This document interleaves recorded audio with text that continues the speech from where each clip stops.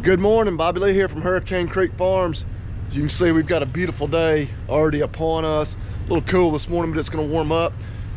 We've got as much feed pretty much as you can load into a Jeep Wrangler, ready to head up a road, check on those stocker steers, get them fed, checked out. I appreciate y'all watching. Give the video a thumbs up. Subscribe, of course, if you haven't. We appreciate that. But let's get to it. All right, so many of these boys are right up here. One of the main objectives for this morning is number 45. Of course, he was the last one through the chute Tuesday night, being as there are 45 of them. And we missed giving him his dose of dewormer. I've got the dewormer with me, so if we can get him in the pen, we'll run him through there real quick, give him one shot, but get a head count on everybody, get him a little feed put out. Number 45 right there over in the woods, so he's not where we need him to be. May have been wishful thinking. He was in the pen today's Sunday, I guess it was Friday morning. And of course, I was on my way to work, didn't have the dewormer with me or anything. I don't know, we'll see if he'll head back that direction. There's plenty of feed in there, but maybe a third of them are in there eating right now. So, see if maybe he and a few of these others want to get in there and we'll get him dewormed. All right, so fingers crossed.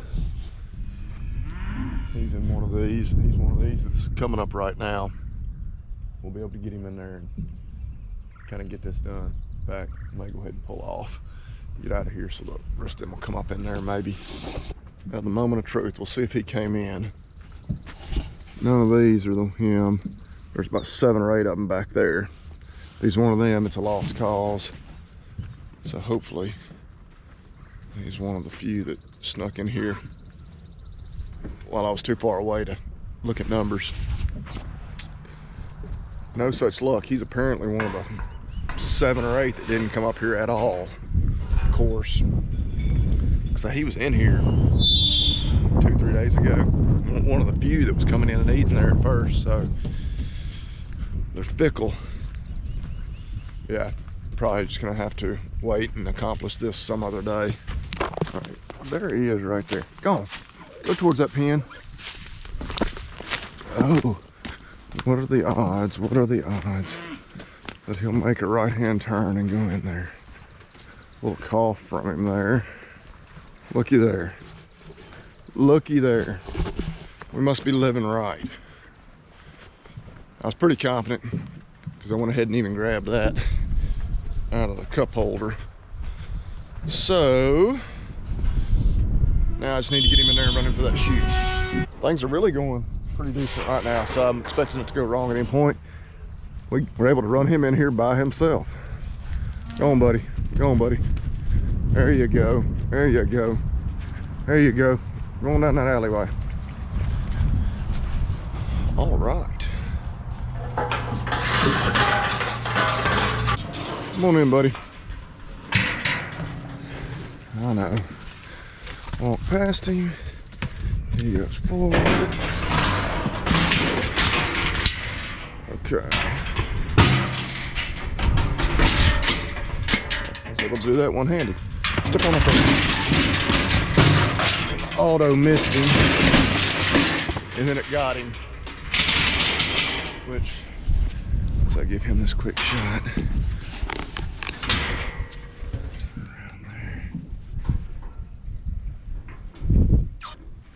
Easy as that. So I will do a quick review, kind of walk through as I cap that syringe back on the chute, because I had several people ask me about it. So, and kind of it in contrast to the Prefert. So I guess starting at the tailgate, I would say I like them pretty equally. I like, you know, this one just slides right open, super simple, easy to do. One man can kind of operate it here in one spot. I'd say it's kind of a push between that and the Prefert. Prefert has the handles up here you can work it with very easily. May give a slight edge to the Prefert actually there. Where I really like this one better, the Prefert has a drop down door. It comes down right here to access for primarily for us castrating, but also like if you're working on feed or anything. This one simple latch there, boom, get to them to castrate. Band, whatever you need to do. Very easy to do. Very. That Preferred Powder River both are very similar. They have the drop down door. It's like sometimes it gets in a bind and you gotta kick on it and it just doesn't work quite right. Squeeze, I would say the squeeze is very similar on all three chutes. They all work real well, very simple. This one, of course, push that lever down there. Put the camera right here, because it's a two-hand job. Let the squeeze off. Right there. This does telescope, get it out of your way. But we'll go ahead and let him out and then talk about the head cage.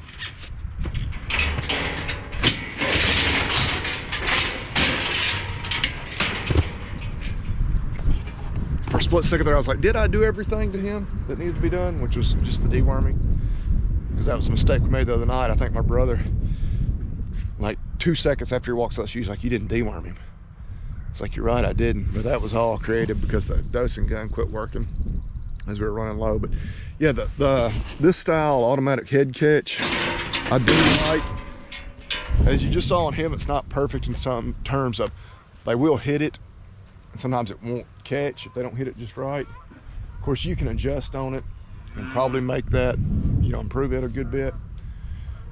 But I do like that style head catch over the, the manual version on the Preferred. But same style head gate as the Powder River, so be a push there. But overall, been happy with it. One thing the Preferred and I guess the Powder River both have on this one is, we've had those a long time. They have proven themselves over time. This thing's just a few months old. Obviously, as you see, it sits out in the weather. We'll see how it holds up. I expect it should, but we just can't say yet. But we are now going to go back here and open up a gate.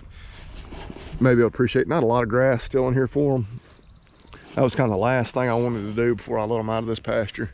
We got it accomplished, so we'll get them back to some more grass and actually open up gates on the other end of the farm, so that other group of calves, our original 20 that are home raised, we'll kind of meet them in the middle and they'll all be together. But they're over there getting a drink of water.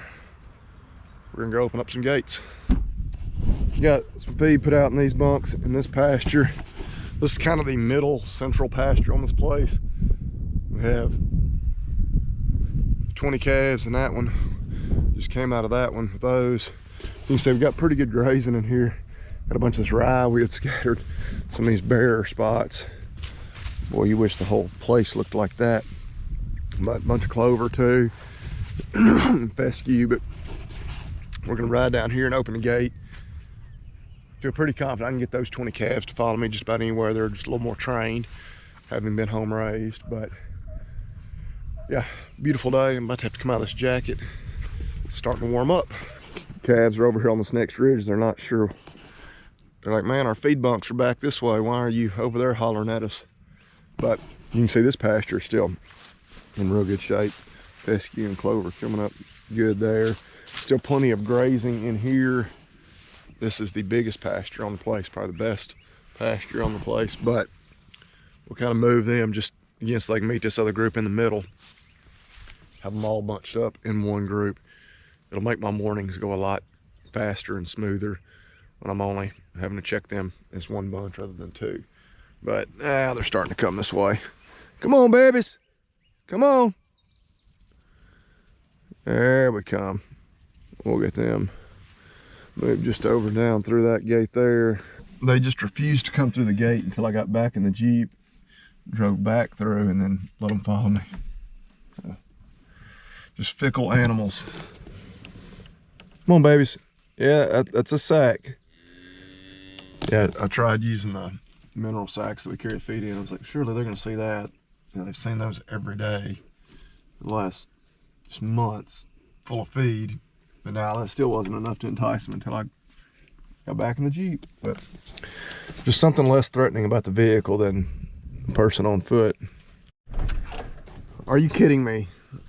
19 of them come across culvert, go through the gate. We got one that's balking at crossing the culvert. Like, what in the world? Oh my gosh, look at her. She made it. She made it.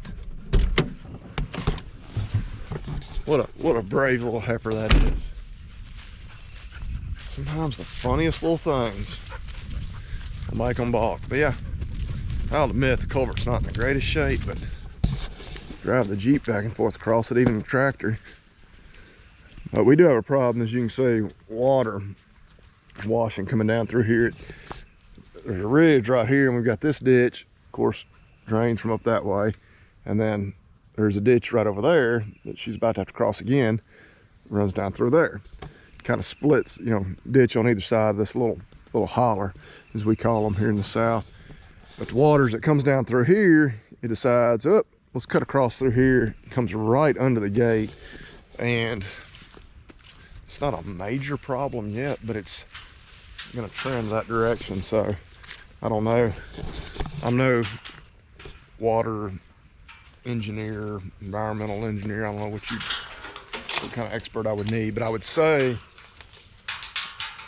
ultimately it'd be nice if we had got a track or something down here to kind of open up or clean out that ditch over there a little better, where that water stayed over there, didn't try to cut across here. And I mean, we're not too far away from that just being a massive gully, you know, getting the gate post and everything, and it just being a royal mess. So, but anyway, got them moved. So now all these calves are just in 2 pastures now.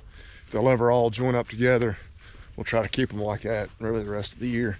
We will get the heifers out of here. There's 8 heifers in that group of 20 right there. We'll move them out sometime in the next month or so, as we really take a closer look at them, see who is going to make a replacement, who isn't, and then start making plans on breeding the ones that are. So got Ace saddled up, right back here and check on the cow herd. We actually did not get to check them yesterday. Rare that we don't put our eyes on all the animals at least once a day, but we left about daylight yesterday morning, headed to a softball tournament, swung by and checked on the stocker steers as we were headed out of town, and got home about 11 o'clock last night, so it just was not feasible. So I want to get back there, get him, you know, ridden. He hasn't been ridden in a while, and this way we can ride through them, look over them a little more closely. 4 still left to calve. 1 should be relatively soon. The other 3, again, being from the herd that we bought, I don't know. Oh, we got some that are out here. They have somehow busted back into the pasture. Oh, it's always something, but I don't really know why. I should have, I mean, there is gonna be more grass back out here on this side, but why they weren't content where they were. Okay, so we'll see what we're gonna do about this. So it looks like about 7 pairs decided they wanted back into this pasture rather than staying where we had them. And there is gonna be better grazing out here, but we wanted to get them off of it, let it really grow back, get some growth back. There's still grass where they were. They don't need out of there. There's actually even still a roll of hay over there. So they're just being spoiled little brats, you know, demanding to be rotated before we're ready. So we'll see if we can get, yeah, it looks like 8 mamas and they're random calves here and there. See if we can figure out where they got out, get them back through, and make them hold out a few more days. My plan was until at least like middle of the week, so another 3 or 4 days before we were gonna move them again. Yeah, you're all on the bad list. Gaggle of calves there running around, enjoying the beautiful weather. I think what we will do, my strategy anyway, we'll get the side-by-side 2 or 3 buckets of feed, bring it out here, dump it just on the ground, away. Pull all those cows back over here if it goes like it should, if it goes like we would like, and that'll give us a chance to run those others back through the gate. Maybe not. I mean, if we have to just let everybody back in there, that's not the end of the world, but I don't like for changes of plans without my, you know, getting to dictate them. All right, that mama and baby can't decide which side of the creek they want to be on. Ace, you gonna be able to do that? Whoa. All right, quit your fucking. Ace. Oh. Kept my composure. We won't edit that out because I did not use the language that I normally would use. Yeah. Catch myself. There's lots of words I want to call him right now. Why you want to do that? Why? Animals. Why do we choose to work with animals? I don't know. Some days I don't know. They clearly still have hay in here, which it's not the best hay, but they certainly had a lot worse than that over the winter. But yeah, they got spoiled out there on that new grass that we had planted. And they won't back in there. They don't understand the idea of pasture management and not continuously grazing. But another good example of why we like to check them every day, because you get into stuff like that. Now those, they had just gotten out this morning. And I could tell this morning when I was doing feeding earlier before we even started filming, they were really bawling. So I knew that they were kind of wanting to move, even if we weren't ready for them to, so I'm not terribly surprised. And I didn't even show it, but the hole in the fence they found, it's actually, yeah, I have to take the blame for this. It was the original hole that I created when we moved them off this place. It's as simple as just putting a wire panel back to hold them in, and I just didn't do it. It's one of those things I was like, oh, I can do that anytime, and I never did it. So I'll take the blame for that, but it'll be an easy fix. And I thought better of it. Rather than going and getting feed and using that, I'm gonna see if I can just drive them back through.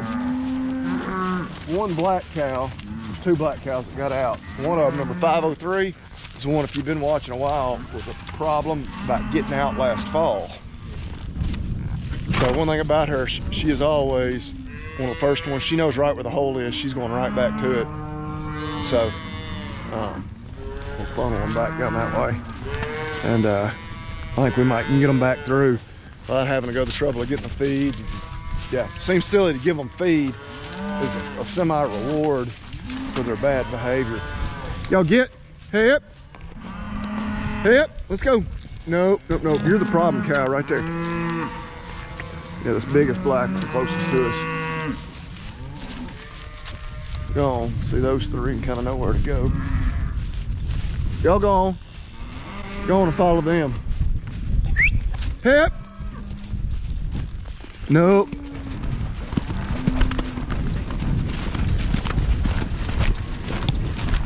Y'all know where the opening is. Y'all came through it. Go on, babies. Go on. Hip. Just need one of y'all to be the first one. Go. Nope, cow. You're going back that way. I got to cross a little ditch there, which it ain't much of a ditch. And they just came across it within the last hour or so, it looks like. Come on now. Y'all get. Y'all can do it. Go on. Hip. Y'all go on. Hip. There we go. One of y'all crossed and the rest of you will follow. Go on. Nope, cow. White faced one crossed. I just need the rest of them. Y'all go on. Now we're cooking. Now the challenge is all the other cows are gonna come over there to that hole too. We gotta be sure we get these to go that way before they all try to come this way. No cows. There we go. They're turning back around and figuring it out. Got one calf stuck here. Go on. No, you go. Y'all all get through there. Go on.